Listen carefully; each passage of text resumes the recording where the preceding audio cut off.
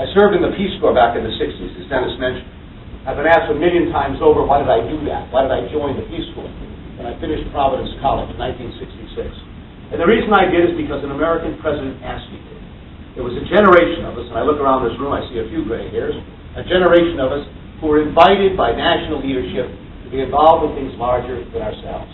And I can't begin to describe to you, those who were younger here, what an amazing feeling it was to be an American in those days.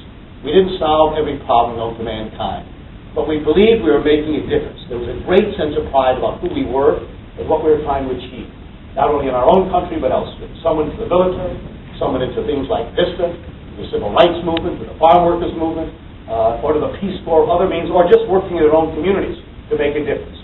But there was leadership that invited every one of us, not based on party or ideology, but invited every single American to be a part of that. Even people who had vehemently opposed that nomination or that election felt a certain amount of pride about an administration that cared about what we were doing. I recall Richard Nixon's car being stolen in Caracas, Venezuela. I'm old enough to remember that, in 1959. And everyone thought we could never regain our footing around the world in terms of our reputation. 2 years later, we elected John Kennedy as president.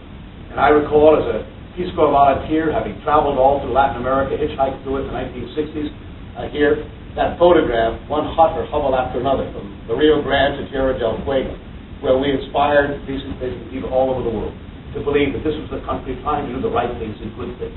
And I believe that's what we need to do if we're going to be effective in dealing with the problems we face internationally.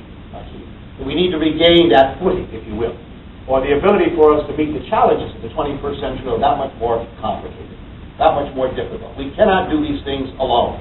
It's going to be based on the ability to build those structures and that architecture and develop those relationships. If you accept the notion that stateless terrorism is a problem, and I do, it is serious. There are other issues, global health issues, environmental issues, all of these questions that require the United States to play a strong role in the world here. If we're going to do that and develop the relationships, to respond to a Darfur, to respond to the plight of people in Latin America or Asia, then it requires us as well to reestablish our moral authority in a sense. You cannot do that if we abandon the rule of law, if we walk away from these principles under the guise that we're somehow making ourselves more secure at the expense of others. I believe very strongly that Americans want to see us come together as a people here. We are absolutely nauseated by the idea that all this is about is one political party getting the high ground over another. Iowans who woke up this morning in this state, on their way to work, preparing their children for school, did not wonder whether or not they were a Democrat or a Republican, whether they were a liberal or a conservative. What they worried about is whether or not they were going to have a job next week, next month. If their family got sick or a member did, could they afford to pay for it, or would they go bankrupt in the process? Would they be able to retire with a pension that would be there for them? Would our environment or energy policies be sure enough to provide some security for our future? Was anyone listening at all to try and get some results to make a difference here? None of these problems are easy. No one political party is going to resolve them. No one candidate will. We don't elect a king or a queen or a dictator on election day. We elect a president and a Congress. It's inefficient, it's slow, it's cumbersome.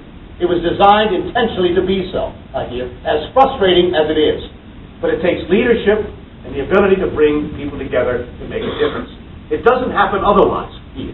I'm always somewhat surprised when I hear people speak about what they're going to do. They fail to recognize you don't get your own way in this process here.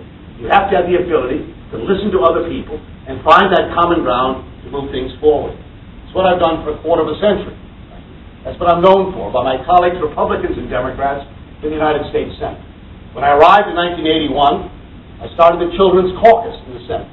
I sought out a Republican new senator named Arlen Specter of Pennsylvania to join me in that effort. When I wrote the first child care legislation since World War II, I sought out Orrin Hatch of Utah, one of the most conservative members of the United States Senate. I think that was the last time Orrin and I agreed on anything, but we did on child care legislation. But I wrote the Family and Medical Leave Act. I did it with Kit Bond and Dan Coates, two conservative Republicans from Missouri and Indiana. When I wrote the Financial Services Reform, I did it with Phil Graham of Texas. Infant screening, premature births, autism, Head Start programs, all done with Mike DeWine of Ohio. Autism done with Rick Santorum of Pennsylvania.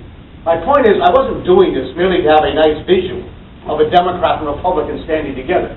The fact is, had I not done it, none of those things would ever have become law. The presidency of the United States requires more than a series of promises. It requires the confidence that you actually know how to do what the country needs to have done. And that is to bring people together to make a difference. I've been asked over and over again, what are the first things you do as President of the United States? The first thing I'll do is the subject matter I wanted to talk to you about this morning. I promise you on January 20th, within the power I will have as the chief executive of this country, I'm going to give you back your Constitution of the United States. Your little book.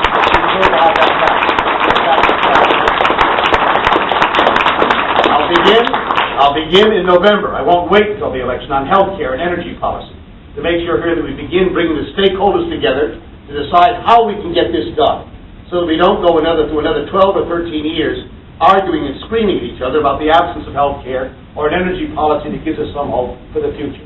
I want to see to it that we begin intently to try to do what can be done to invest in families as first providers and teachers for our children, so these young people have an opportunity to learn in this country, and that we have a national government willing to work at the state and local level to see to it that early childhood development and care for our infants is going to be far better. It is shameful that we rank 42nd in the world in infant mortality. 41 other countries in this world do a better job of caring for their newborns than we do. We rank 45th in the world in life expectancy.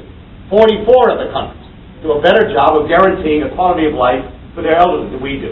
This is not the America that you and I want to be a part of. We can do a lot better than we're doing. Problems are serious.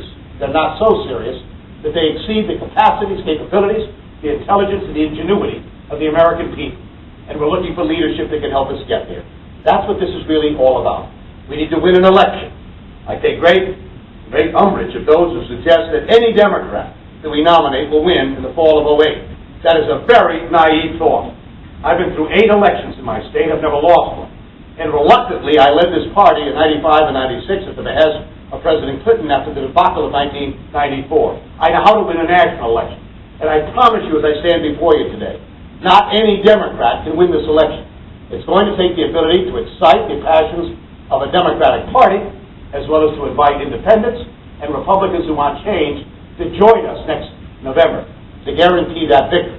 And then to move on from that victory to build the kind of coalitions that will allow us to succeed on these issues that we have before us. So the problem, or if you will, the responsibility that you have over the next 28 days is an awesome one. It's a significant one. But I don't believe this race has been decided, that it's all over with, that people have made up their minds absolutely. I don't think you'd be here if you thought that was the case.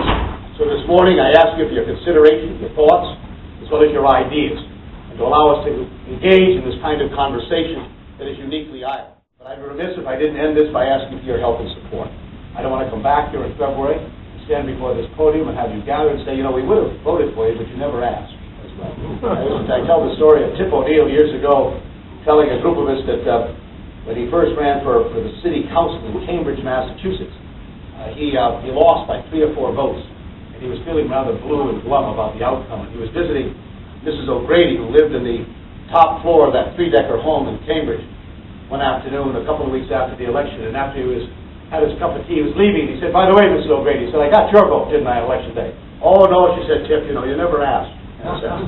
So I'm asking, in a sense, as well. And we'll leave these important pledge cards here to have you take with you and decide whether or not you think I'm worthy of your consideration to move forward in this debate.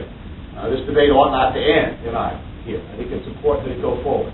That those of us who have ideas and thoughts on how this ought to be conducted and what ought to happen in our country, I think deserve the opportunity to carry our case in New Hampshire and South Carolina, Nevada, and other states that will have these contests in the coming weeks so that we end up making the right choice for our party and for the country. And with that, again, I thank you all very much for being here. Thanks very much.